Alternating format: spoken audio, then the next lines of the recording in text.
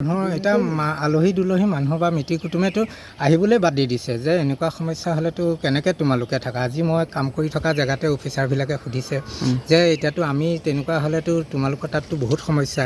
মই কৈছোঁ এইটোতো আমি এতিয়া থাকিব লগা কাৰণে থাকিছোঁ আৰু কামাখ্যা গাঁৱৰ পৰা আমাৰ সোণাৰী বাগানলৈকে মিনিমাম 4-6টা ওপৰ বাঘ হ'ব। মানে বানপানীৰ সময়ৰ পৰা এতিয়ালৈকে মানে এদিন এৰি এদিন মানে বাঘ আৰু আমাৰ বদলা পদ্মাৱতৰ ক্ষেত্ৰৰ ফিল্ডৰ পৰাই ছাগলী গৰু ধৰি লৈ গৈছে। কিবা এটা কৰিব লাগে চৰকাৰে, কাৰণ আজি যিমানে নহওক ঘৰৰ ওচৰত আহি পাইছে, কালি পৰহি ভিতৰত সোমাব, ছাগলী গৰুটো খাইছে। কেতিয়াবা মানুহক যদি আক্ৰমণ কৰে এইটোতো হেৰি হ'ব ন। নেদেখা কাৰণ আমি চবেই বাহিৰত ওলাওৱেই, আজি দেখিছোঁ কাৰণেহে। যদি কেতিয়াবা নেদেখাকে তেওঁ যদি বহি থাকে তেতিয়া আমি কেনেকৈ দেখা পাম। সেইটো হয়, আক্ৰমণ কৰিবলৈ তেওঁ আকৌ মানুহ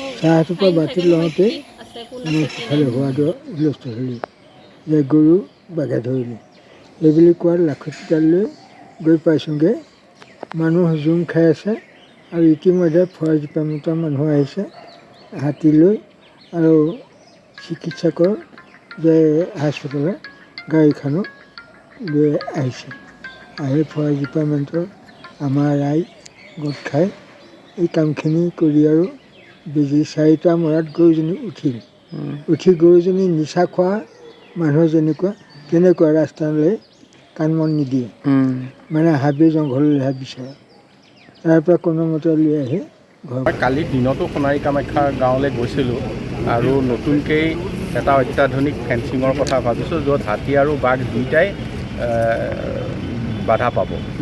কিন্তু ৰাতি মই আকৌ খবৰ পালোঁ যে বাঘ আহি আকৌ পুনৰ চোতাল পাইছেহি। 3 ঠাইত কালি বাঘে প্ৰত্যক্ষ কৰিছে। কামাখ্যা গাঁৱৰ একেবাৰে গা ধোৱা ঘৰৰ পাছফালে দুৱাৰ মুখত পাইছে। তাৰপিছত আমাৰ সোণাৰী গাঁৱত এঠাইত চালোঁ একেবাৰে চোতালত বাঘ পালে। হাতীমূৰাটো তেনেকৈ আহি পালে। প্ৰায় একে সময়তে 3 ঠাইত ওলাইছে। এতিয়া বাঘ এটা নে 2টা নে 3টা নে আমি আচলতে অনুমান কৰা টান হৈছে। গতিকে লগে লগে মই খবৰ কৰিবলৈ গ'লোঁ। বন বিভাগৰ মানুহ আহিল, তেখেতসকলে পুনৰ বাঘৰ ক্ষেত্ৰত খেদা কৰা কৰিলে। তাৰপিছত এতিয়া আমি চেষ্টা কৰিছোঁ, কালিৰ পৰাই আমি কাম আৰম্ভ কৰিছোঁ এখন ফেঞ্চিঙৰ। যদি ফেঞ্চিংখনৰ বাহিৰলৈ বাঘটো উলিয়াই পঠাব পাৰোঁ বা হাতী নাহে, এইবাৰ কিন্তু গোটেই অঞ্চলতে খেতি পথাৰকে ধৰি সকলো সকাহ পাব। বাঘক ইয়াক কাৰেক্ট কৰি বেলেগ ঠাইলৈ লৈ যাবলৈ প্ৰচেষ্টা হৈ আছে। অভিনয় কৰাৰ হেঁপাহ আপুনিও পুহি ৰাখিছে নেকি? আপোনাৰ অভিনয় কৰাৰ অভিজ্ঞতা নাই? কোনো কথা নাই, আপোনাৰ বাবে আহিছে সোণালী সুযোগ। 29 ছেপ্টেম্বৰত দিনৰ 9 বজাৰ পৰা নিশা 8 বজালৈ বলিউড তথা হলিউডৰ চিনেমাৰ বাবে অডিশ্যন হ'বলৈ গৈ আছে গুৱাহাটীৰ কাহিলীপাৰাস্থিত জ্যোতি চিত্ৰবনত। 5 বছৰ বয়সৰ পৰা 17 বছৰ ব্যক্তিয়ে কৰিব পাৰিব অংশগ্ৰহণ। পঞ্জীয়ন হ'ব বিনামূলীয়া। নিৰ্দিষ্ট ৱেবছাইটত কৰিব পাৰিব আবেদন।